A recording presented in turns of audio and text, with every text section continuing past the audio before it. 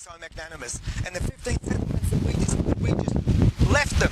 And they had 15 settlements that could house over 12,000 people. If they were smart, they would have taken it. Sewage, education, schools, prayer halls, you name it. A magnificent settlement town. What did they do? Within 72 hours, destroyed it all. So there wouldn't be one presence of an Israeli building in Gaza. And the last campaign that you heard of in October 2014, get ahead, Jabalia, one of the massive refugee, a hornet's nest of terrorism. The big buildings that you see there, that's the officers. They live there while we live here. So don't think that there's no friction within them. There's a lot of friction between them as well at the same time. So it's not all hunky-dory on the other side as well. But this is where it's all at. And the new fence that is being built will finally put pay to the terror tunnels. And we spoke about it, I'm sure Noam told you as well, about the fence that they're building along the 64th strip, 40 metres deep, 12 metres high, every 10 metres a cylinder with the most sensitive equipment to be able to hear if anybody's tunneling. And guys, you know what, if they're willing to dig 60 metres to go under, good luck to them. It's not going to happen. Just one. The failed Gaza attack is that some of the ridges that were the Turks kind of dug in were free now, and these ridges were replaced by the British forces, Anzacs forces, and this will allow them in the next campaign against Beersheba to kind of move freely between this zone, between this area, between Gaza and Beersheba. It will be a time of skirmishes between British forces and Turkish forces, and when we'll reach Shalala area, where we'll reach the other ridges, we'll talk a little bit about that, what happened at that time, just before the Battle of Beersheba. It's quite interesting. And the other thing is, the reason I brought you here is because this is the paratrooper memorial, and paratroopers rock. By the way, we have to say one thing as well, because, and this is the forbid, we should hear a siren now. Then behind us are all the little bunkers, but we're going in a bus. That's a big bunker, right inside the bus. No, it's not. But we go fast. We travel fast. But if there is, God forbid, if people come here and the rockets, or a rocket, or you hear the siren, they've got the air raid bunkers for us here. Guys, bus number 3, let's grab a photo of here. Let's go down here so we can get an uninterrupted view of Gaza, and we can get a shot.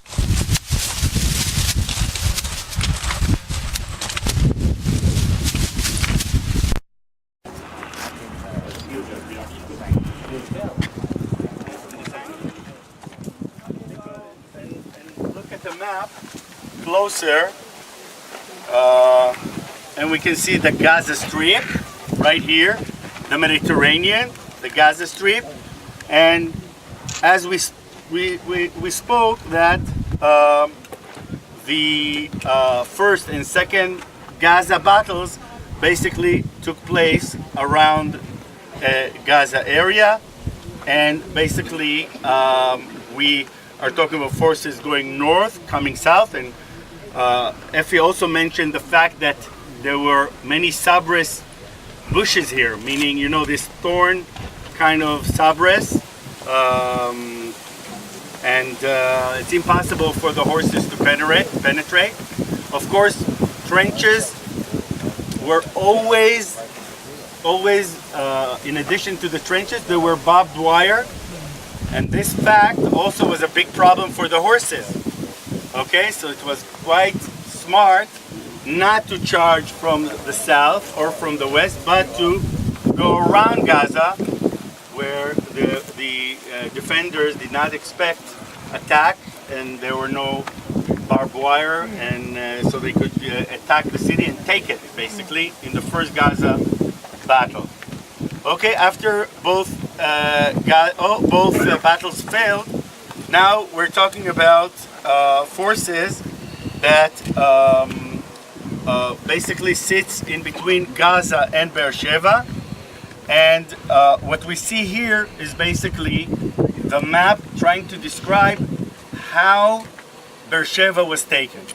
Okay, so we already said that Gaza is being bombardment again and again and again from the sea, from land with cannons, and everything is saying to the Turks and to the Germans, we are going to attack again at Gaza. And obviously here we see that Allenby had a totally different idea, but to take the long route into the desert and move south of Beersheba and then coming from the east and attack Beersheba from the east. And we're going to visit later on at Tel Sheva. That was very important, and the light horse of New Zealand were basically in charge of taking Tel Sheva, and we'll see the other divisions, Australians and New Zealand, attack from the southeast and from east or toward Beersheba, and basically they will be the forces that will decide the battle of Beersheba. Although the battle could end even earlier if the forces that attacked from the west, foot soldiers, divisions of foot soldiers, British foot soldiers, managed to break the lines of the Turks on the west side, and all they needed was to walk into Beersheba. What did they do? They stayed in the trenches and stopped and allowed eventually the light horsemen to attack Beersheba and take it. And we'll try to understand the reason for that when we'll be there, and we'll stand where Chauvel, where Harry Chauvel, Lieutenant General Harry Chauvel, who led the forces, stood there and directed the forces into Beersheba. Any questions? Tel Jama, we're here. Tel Jama, these are all, I mean, this is the 100k strip known as the Anzac Trail. Tel Jama, which was a major staging point, but it was a hospital, a massive field hospital to take care of any of the wounded that were occurring. The next one is Park Eshkol, with the natural springs of the Besor River that was there, which is the longest river that we have in the western Negev, going all the way down from Sde Boker all the way to into the Mediterranean itself. A massive area of staging, of building a bridge connecting the area between the British forces, and massive caravan. They built concrete structures. If you've ever seen those photos, concrete platforms that the camels and pack mules and horses used to come, and they used to have big drums, canisters for the water for the horses. You were talking tens, thousands and thousands of horses. It was like a factory production. You led the camel, you poured the water in from the pumps, it moved on, got the other one, they moved it to all the particular units that were drawn along this particular area. Of course, the horses that were used were the Whalers from New South Wales. Don't have to tell you, 5 foot 3 inches long, 16 hands, right? Fantastic, strong, solid horses who could go long distances without food and water. But even them, to a point, you had to get them. So the important staging point of Besor was an immense importance for them. And the other one further down was a sludge. That was the next major one. You captured Eshkol. You captured a sludge with the springs and cisterns that they had there. Short trip, and you began what we will see tomorrow with the actual demise of Beersheba, attacking the British forces here. Tel Sheva with the New Zealand Light Horse Brigade, and of course the 4th and the 12th belting into Beersheba itself. And of course the time element was important. We'll talk about that tomorrow because they had to have it done before the Turks could destroy the wells themselves. So right now was the main staging area for the expeditionary forces. It's 800 acres, so it's a big, well, it's a national park, but it was a massive area that they used because of all the water that you see abounding here non-stop. This had to be taken in the campaign of trying to come through on that Anzac Trail all the way down from where we were, Be'eri and Tel Jama and Tel Asaf, and then the Psor, the Eshkol Park, and from here to a sludge, and then a sludge up to Beersheba, up to a sludge, the 100 kilometers, so known as the Anzac Trail itself. Further in, we're not going to now because we have to get also to the Air Force Base, which is waiting for us, so we don't want to be late. But the main staging area, just a little bit further down, where they had these concrete structures that they built, that they put these animals through like a conveyor belt, virtually, in order to provide water with the canisters on top of their backs. Some great photos. Couldn't find one there, but you can download the photos to see it for yourself, where they built the actual structures and the railway line that they built from Rafiah, which they took at the southern end of the Gaza Strip, coming through the Sinai Peninsula, and then cutting down to get to these areas. They brought the railway line all the way along. It allowed them to move ammunitions, animals, forces very quickly, knowing that the wells were secure. And that was the point. Without that, it wouldn't have been the campaign that he had. So that's why we bring the guys here to see it. This is a beautiful park during the weekends. Families come, it's magnificent. But the actual spring and the actual lakes are down here. Then the Nahal, the Psol, which is the longest river in the Negev, 80 kilometers from Sde Boker, straight through here, through the valley of the Basor Valley, and all the way out to the Mediterranean.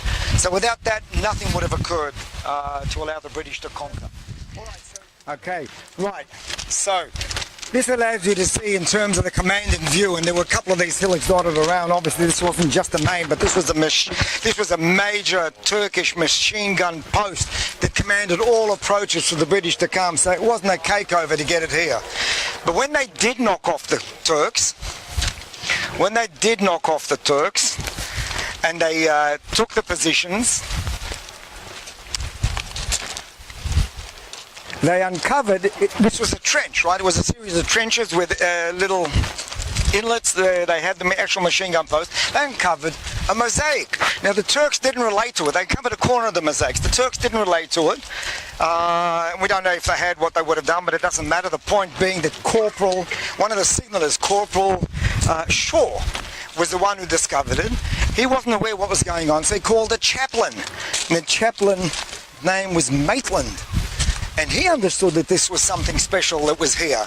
And he began to excavate for 14 days and uncovered this beautiful mosaic floor that when he began to understand what was here, he understood that this was a mosaic from the time of the Byzantine era, 560, as to say middle to late 6th century, built by Justinian. Justinian was a famous Byzantine emperor who built the Nia Church as well, and all of the Hagia Church in Turkey, the huge one that's there. That was his edifice, and he did that in order to circumvent him, bigger than what the Church of the Holy Sepulchre was. But it took him 14 days to uncover it. The smart thing that he did was that he took accurate diagrams once they cleaned it up and washed the things off, right? And he had the professional guys to take extremely accurate pictures, because they then had to dismantle it into sections, pack it into the crates, send it off to London, and London to Australia, where they glued it together, reconstructed it to the magnificent mosaic that's in the Canberra War Memorial, and well worth a visit. You know, if you haven't been, to make a point, if you're visiting Rellos or something, go and see the magnificent Shalal. Shalal is simply the area that's known here. Look out at Shalala on top of this thing. But that's something that's special. In actual fact, that particular mosaic is here in Israel at the moment for the 100th anniversary. They took it back in order to, I would say, improve it, reconstruct it even better than it was reconstructed, because one thing's for sure, you don't have many mosaics in Australia dating back 1600 years, and I don't think the Aboriginals did mosaics. They did cave paintings, they did magnificent panels on wood, on stones, but you didn't have a mosaic, and therefore that's an art in its own right, and to reconstruct it is a skilled artisan. And here we have not hundreds but thousands of mosaics, absolutely, of every type and description. In the Israel Museum are some of the best, and the Good Samaritan outside Jerusalem is another one. But this just went to prove that even this far south in the Negev, other than the monastic life that we saw around the Dead Sea, there were Byzantine churches. This area was a Christian kingdom. There's no other way of putting it. The whole of it, from the Galil to the center to the Sharon, you've got it all over the place. Ramble, you don't have to go that far. Masada, you keep going south into the Negev, you've got it all. You even have to go far as Eilat. There's a Crusader Island off the coast of Sharm el-Sheikh, 5k south of Tabqa. Ile de Grey, the Island of Grey, which is the Crusader fortress, church that was there. So I think that just goes to, again, put it into perspective that aside from the strategic military campaigns, that there was another side that they found here, a fantastic mosaic that allowed people to understand the rise of the Byzantine Empire in the Holy Land and continue it on from there. Now, I understand when they're reconstructing it, they said it would take something like 35 years to put it together. Because you've had it for 50 years, now it's our turn to have it for 50 years. So they're going slow in reconstructing it, I hear. No, you're getting it at the end of the things. They'll send it back within a couple of weeks, and that's it. But but make a point, really, next time you're in Canberra, go and see the thing. Thank you, everybody, for allowing me the opportunity to speak with you today. I'll just quickly introduce where I'm coming from in terms of the reasons Gloria and I are here. I got involved with the Certificate of Anzac Jewish program in Sydney way back in 2010 when you might have heard of the Lost Diggers of Fromell. Is there a yes there? Yeah. Great. I discovered I had a cousin of my late mother's who was one of the Lost Diggers, and then I found out that my mother's uncle in fact got a DCM at Fromell. So that was it for me. I just got sucked straight in, and Gloria and I went to Fromell in 2010 for the reburials. Unfortunately, Lionel Harold Levy wasn't one of the identified soldiers, 96 of whom at that stage were identified, but come 2016, last year, Gloria and I went over, and by then they'd identified an amazing 150. Of those, there was one Jewish chap, Beryl Mendelsohn, Lieutenant Beryl Mendelsohn. If anybody was in Fromell may have seen his grave with the Magen David on it. Anyway, so between 2010 and 2016, I was busy doing a number of things, and one of the products of the efforts was this book by Mark Dappen. Some of you may have heard of Mark. He's a well-known writer of the Sydney Morning Herald, who spent 2 or 3 years researching and writing this magnificent book. Unfortunately, I can't open it now. I've wrapped it up. I'm going to be presenting that to the museum at Beersheba, but I'm going to be putting a sort of replica copy, laying it in lieu of a wreath at both the Beersheba service and at the park of the War Memorial, the Light Horse Memorial. So what I'll do, just again to give you context, there was Jews in the Australian military, in the colonial forces, South Australia, New South Wales, Queensland, Victoria, of course. Come World War I, that's estimated around 1,800 Jews enlisted in Australian services, many as were Australian servicemen too, many of whom had been born overseas. But I'm reading to you a section of the book called Jewish Anzacs in Palestine, because clearly that's the interest here. Many of them fought in Gallipoli. There's about 36 Australian Jews who fought and didn't come back from Gallipoli. So, in February 1916, Saddler Sergeant Sylvester Brown of the Australian Light Horse wrote home from Benghazi, Egypt. The habits of the natives and the way they dress and the manner in which they conduct the funeral service, of which we have seen many since our stay here, are similar to the customs of our forefathers, which we read about in Scripture. I really think they must be the lost tribe. By the middle of the year, the Anzac infantry divisions had mostly shipped out from Egypt to Europe, but light horse regiments stayed behind in the Middle East, where they fought both Turkish troops and Turkish-aligned Arabs as part of the Egyptian Expeditionary Force, EEF. Not all the mounted infantrymen rode horses, as Australians also made up more than half of the 1st Imperial Camel Corps.